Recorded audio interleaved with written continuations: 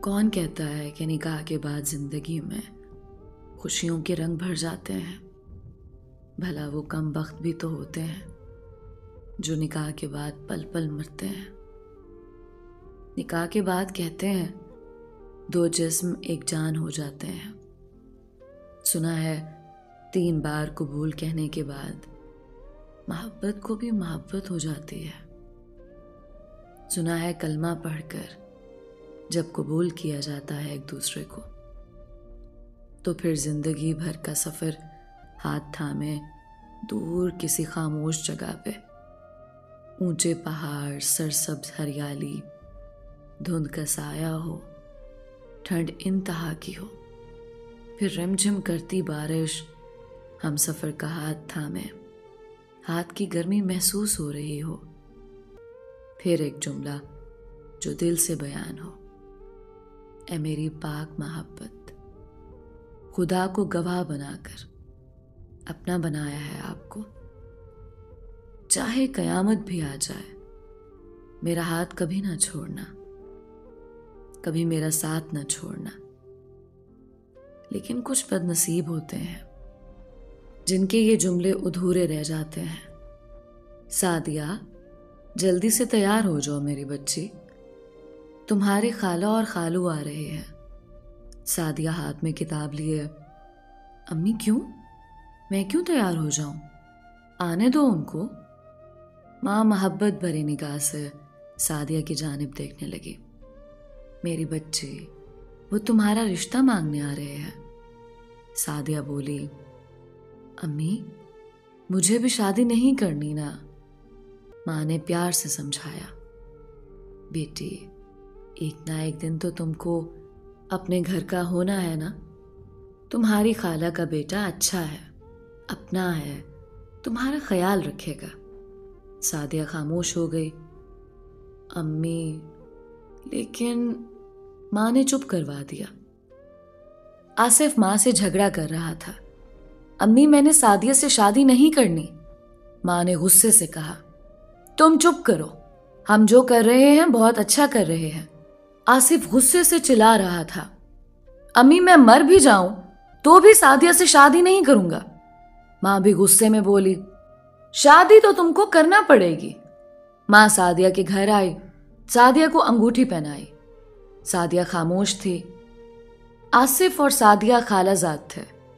सादिया थी तो खूबसूरत, लेकिन आसिफ को अच्छी कहाँ लगती थी। आसिफ कब भला सादिया को अपनी हमसफर बनाना चाहता था, लेकिन माँ की जिद थी। सादिया ने बीएससी किया था, वो आगे भी पढ़ना चाहती थी, लेकिन शादी की जल्दी थी सबको। सादिया खामोश रही। आसिफ ने घर में तमाशा लगाए रखा था, मैं जहर पी लूंगा लेकिन सादिया से शादी नहीं करूंगा। माँ भी अपनी जिद पे कायम थी, तुम चाहे जहर पी लो लेकिन शादी तुम्हारी सादिया से ही होगी। आसिफ चीख चीख कर कह रहा था, अम्मी ऐसा ना करो, लेकिन माँ एक नहीं सुन रही थी। शादी की तैयारियां होने लगीं। घर में खुशी का समा था। सादिया खुश भी थी, उदास भी। सादिया ने आसिफ को फोन किया, आसिफ बताओ ना, मेहंदी वाली रात कौन सा कलर पहनूं? आसिफ ने गुस्से से कहा, सादिया मुझे फोन ना करो, अम्मी से पूछो या अपनी मर्जी करो। लहजा बहुत कड़वा था। सादिया उदास सी हो गई। भला आसिफ ऐसे क्यों बात कर रहा है? मेहंदी की रात थी। आसिफ ने सबके सामने हाथ जोड़े, हम एक साथ खुश नहीं रहेंगे। अम्मी आप जिद ना करो। माँ ने आसिफ को अपनी कसम दी, तुमको मेरी कसम है, अगर तुमने सादिया से निकाह ना किया तो मेरा मरा हुआ मुंह देखोगे। आसिफ खामोश हो गया।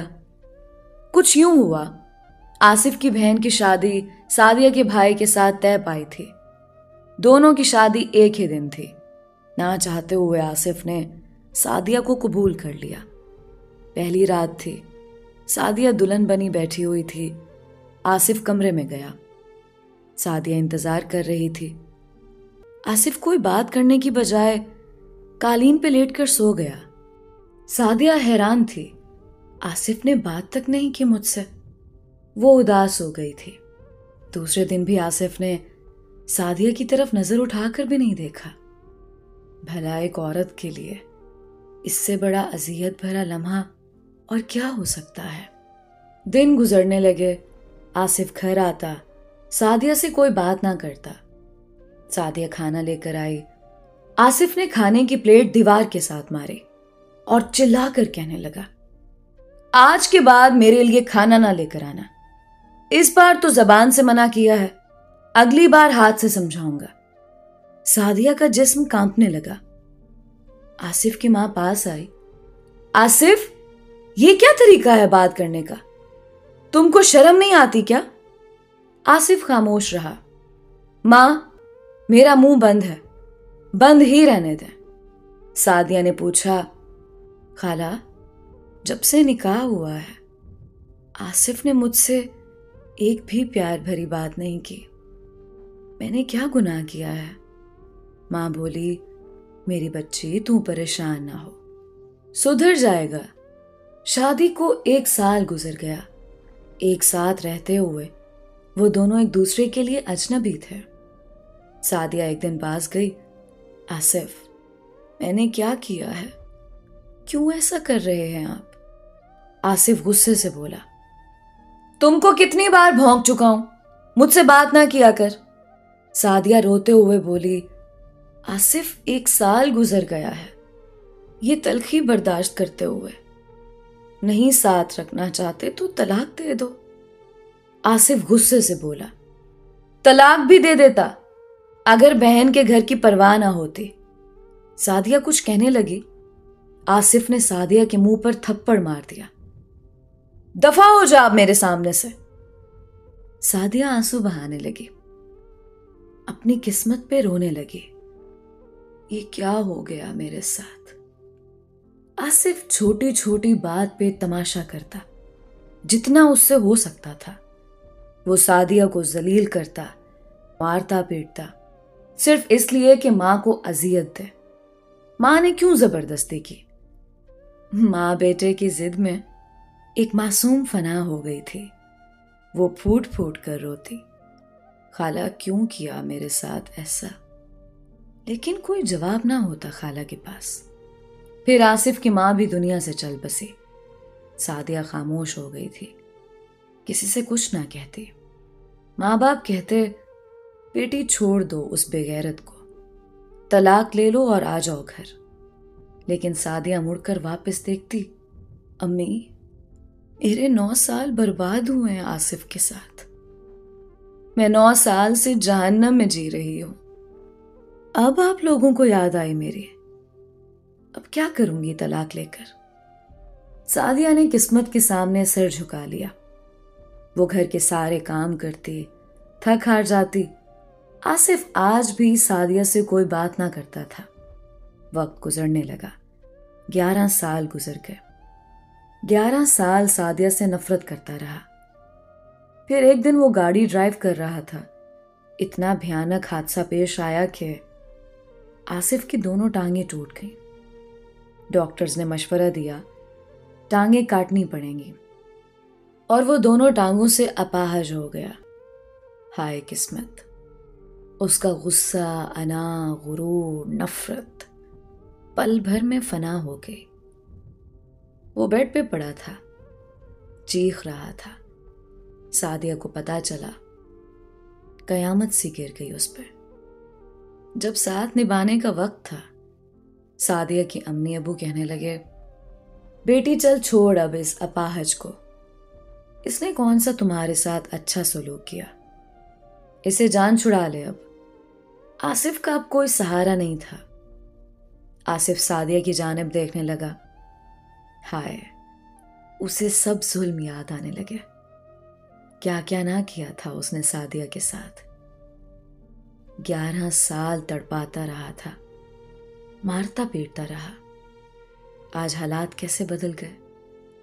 सादिया की तरफ रहम की नजरों से देख रहा था। सादिया को देखकर हाथ जोड़ लिए। बस मैं खत्म हो गया, मेरी कहानी मुकम्मल हुई। मैं तुमसे नफरत करता था, आज मुझे सजा मिल गई। हो सके तो मुझे माफ कर देना सादिया। सादिया इतना सुनकर कमरे से बाहर चली गई। अब उसके सामने दो रास्ते थे। शौहर जो 11 साल से जहन्नम सी अजियत दे रहा था, दूसरी जानिब बैंक में जॉब करने वाला दूसरा कजन जिसका रिश्ता आया था सादिया के लिए। सबने कहा आसिफ को छोड़ दो अब। सादिया आसिफ के पास गई। आसिफ मुझे माफ करना, मैं थक गई हूं आसिफ। अब मैं और बर्दाश्त नहीं कर सकती। अब मैं जीना चाहती हूं। अब मैं अपनी उड़ान भरना चाहती हूं। मुझे माफ करना। आसिफ रोने लगा। सादिया, बहुत बुरा इंसान हूं ना मैं। बहुत बुरा करता रहा ना तुम्हारे साथ। देखो ना, मुझे तुम्हारी बद्दुआ नहीं तुम्हारी आंख आ गई। सादिया प्यार से बोली। आसिफ, एक बीवी कभी अपने मजाजी खुदा के लिए बद्दुआ नहीं कर सकती। मैं तो आखिरी सांस तक आपकी मोहब्बत का इंतजार करती रही, लेकिन आपने मुझे सांस सांस तड़पाना था ना। मैं भी इंसान हूं ना, थक गई। आसिफ ने हाथ आगे बढ़ाया। सादिया, क्या तुम्हारे हाथों को जाते हुए चूम लूं? सादिया रोने लगी। आसिफ, 11 साल में खाक हुई और आज आसिफ ने सादिया का हाथ थामा, चूम कर आंखों से लगाया। सादिया, मैंने बहुत अच्छी हमसफर को खो दिया। काश मैं नफरत छोड़कर मोहब्बत को सजदा कर लेता। आसिफ रो रहा था। सब कमरे में आए। सादिया, चलो, सामान पैक हो गया। सादिया आसिफ से हाथ छुड़ाकर चली गई। आसिफ चीख चीख कर रो रहा था। सादिया, माफ कर दो। लेकिन वो अब आगे बढ़ चुकी थी। सादिया का निकाह उसके दूसरे कजन से हो रहा था। आसिफ शहनाई की आवाज सुनकर रो रहा था। मां की तस्वीर सामने पड़ी थी। आंखों में आंसू थे। गलत फैसले ने 2 जिंदगियां तबाह कर दी। अलीजा कमल को सुनने वाला मर्द, सुन जरा, अपनी अना, नफरत और तकब्बुर को काबू में रख। कब कहां क्या हो जाए खुदा जाने। अपनी हमसफर से झगड़ा ना किया करो। उसे सीने से लगा रखा करो। नफरत भुला दो, मोहब्बत से हाथ थाम लो।